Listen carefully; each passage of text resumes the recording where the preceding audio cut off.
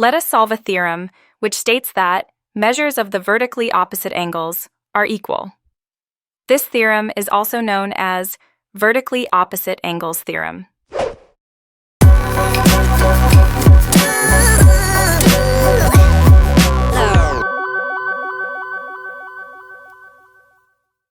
Let us understand what this theorem means.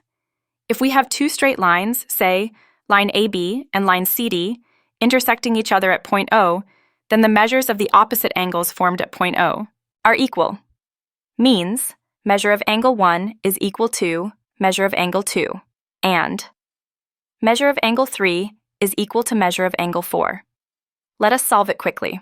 Let us first write down the information already given to us.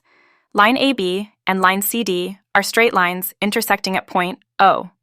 To prove is measure of angle 1 is equal to measure of angle 2, and measure of angle 3 is equal to measure of angle 4. Let's prove it. We know that line AB is a straight line.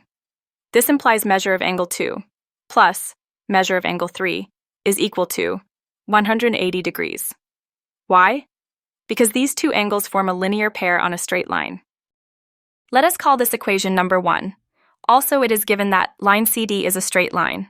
This implies measure of angle 3 plus measure of angle 1 is equal to 180 degrees, because these two angles form a linear pair. Let us call it equation 2. You can see that the right-hand side of both the equations is 180 degrees. Now, if their right-hand sides are equal, this means their left-hand sides are equal as well. So, from 1 and 2, we can write measure of angle 2 plus measure of angle 3 is equal to measure of angle 3 plus measure of angle 1. Now measure of angle 3 will get canceled on both sides, and we will get measure of angle 2 equal to measure of angle 1. And this is what we wanted to prove.